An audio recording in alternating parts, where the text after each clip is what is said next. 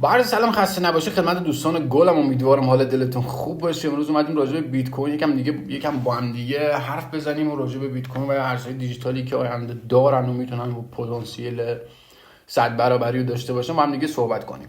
همونطور که میدونین بیت کوین امروز به نقطه 91500 دلار رسید و اینم خودش به معنی اینه که دارن کشورها سعی میکنن که نگذارن آمریکا بیشترین بیت کوین دنیا رو داشته باشه.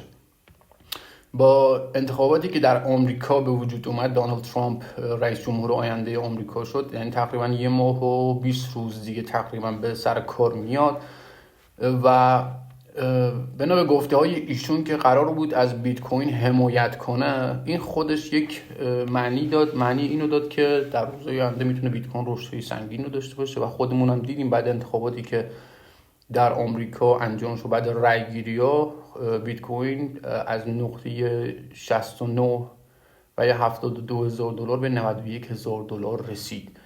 این یعنی در حال حاضر هنوز دونالد ترامپ سر کار نیومده به این نقطه رسید. اگه سر کار بیاد و حمایتش رو واقعا جدی‌تر بگیره، از بیت کوین بیشتر حمایت کنه، رقابتی تشکیل میشه بین آمریکا و کشورهای دیگه که سعی کنن بیشتر از همشون بیت کوین رو استخراج کنن و بیت کوین بیشتری بخرن، چه از طریق ETF های بیت کوین، چه از طریق دستگاه های استخراج و یا صرافی های مجازی. خلاصه داستان اینه که بیت کوین در روزهای آینده میتونه بیشتر از 131,000 دلار حرکت داشته باشه و این پتانسیل اینو داره که مردم ایران با سرمایه گذاری در این بازار بتونن سودهای خوبی رو به دست بگیرن، پولهای خوبی به دست بگیرن.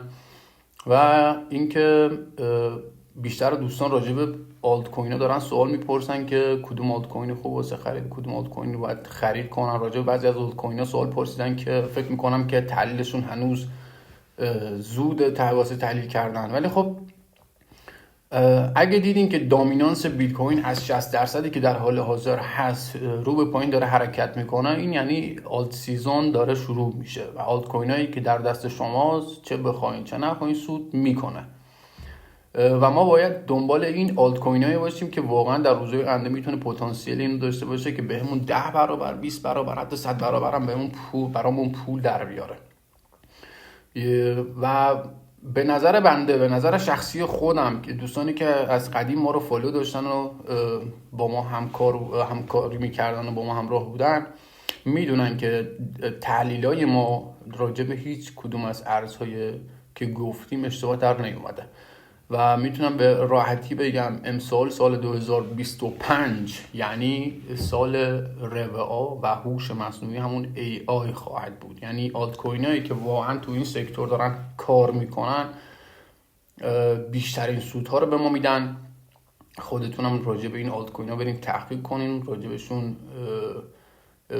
به نتیجه هایی برسین که خودتون با نظر خودتون، با اختیارات خودتون که سرمایه خودتون دارین، خرید انجام بدین. نه با گفته من و یا با گفته شخص دیگه وارد هیچ آلت کوین نشین، چون واقعا پشیمونتون میکنه و باعث میشه که نفرتی وجود بیاد به این بازار. ولی خب اگه خودتون تحقیق کنین، خودتون راجبشون یه اطلاعاتی به دست بیارین، میتونین واقعا به راحتی از پول خودتون با نظر و اختیارات خودتون خریداتون انجام بدین.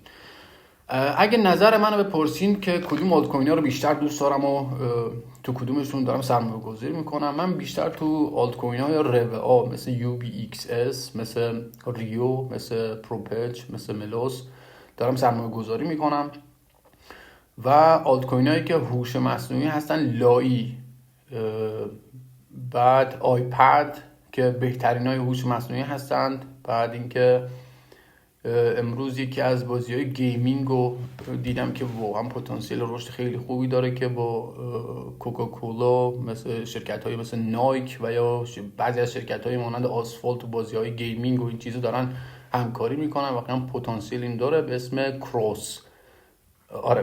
کروس یکی از آلت کوین های هستش که واقعا به نظر بنده راجبشون تحقیق کنین و راجبشون اطلاعاتی به دست بیارین، حتما راجبشون تحقیق کنین، بعد خریدتون انجام بدین. دوستان انشالله امیدوارم سودهای خیلی خوبی بهتون بده بنا به گفته های مردم حرکت نکنین. نظر دادن خوبه، بنده نظر دارم میدم، نگفتم بهتون برین اینا رو بخرین و یا چیز دیگه، ولی خب با گفته های مردم خرید انجام ندین. تو یوتیوب، اینستاگرام و هر جای دیگه داریم میبینین که راجع به سبدهای خرید و این چیزا دارن حرف میزنن. خیلی دنبال این چیزا نرین، دنبال سبد خرید هیچ احدی نرین. اونا واسه خودشون سبد تشکیل دادن و دارن خرید انجام میدن.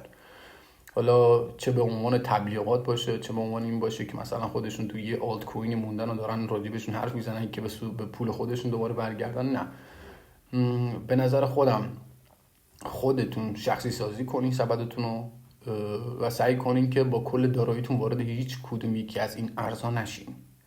فکر کنین که مثلا باید 10 تا 15 تا یا 5 تا 3 تا ارز انتخاب کنین، راجبشون تحقیق کنین و مقدار دارایی که میخواین تو سرمایه گذاری رو تقسیم بر 3، تقسیم بر 5، تقسیم بر 6 کنین و اینجوری سرمایه گذاری کنین. هرگز با کل سرمایه‌تون وارد هیچ ارزی نشین و با کل سرمایه‌تون هیچی رو نخرین. اگه مثلا دیدین یکی از ارزا داره 20% افت میکنه، این واسه شما شکست نباشه. این شکست ها رو قبول نکنین، سعی کنین که 2-3 تا ارز بخرین. اگه یکیشون مثلا 20% افت کرد، اون یکی مثلا 10% هم رشد کرده باشن، دوباره پولتون پول خودتونه، یعنی ضرر آنچنانی ندارین. خب پس هرگز به یکی از آلت کوین ها دل نبندین و عاشقشون نشین. هیچ کدومشون هیچ تضمینی نداره. ما در سال 2021 دیدیم که بعضی آلت کوین ها که واقعا مردم عاشقش بودن و داشتن خرید انجام میدادن، واقعا ریزش خیلی سنگینی رو داشتن و مردم خیلی زیاد بیشتر از تصوری که ما داریم انجام میدیم خیلی پولای کلانی رو از دست دادن. پس عاشق هیچ کدوم یکی از آلت کوین ها نشین و وقتی که وارد یکی از آلت کوین ها میشین، یعنی مثلا $100 وارد یکی از آلت کوین ها میکنین، وقتی که تبدیل به $200 شد، $100 اصلی رو بردارین و بذار اون یکی هر چی بشه بشه دیگه. ضرر کنه سود کنه دیگه واسه به خودتون ربط داره. پول اصلی همیشه بردارین و با پولی که برنده شدین، پولی که بهتون به عنوان هدیه و یا پاداش داده شده، از اون استفاده کنین و خریدتون رو انجام بدین. دوستان تا ویدیو بعدی، خدا نگهدارتون باشه.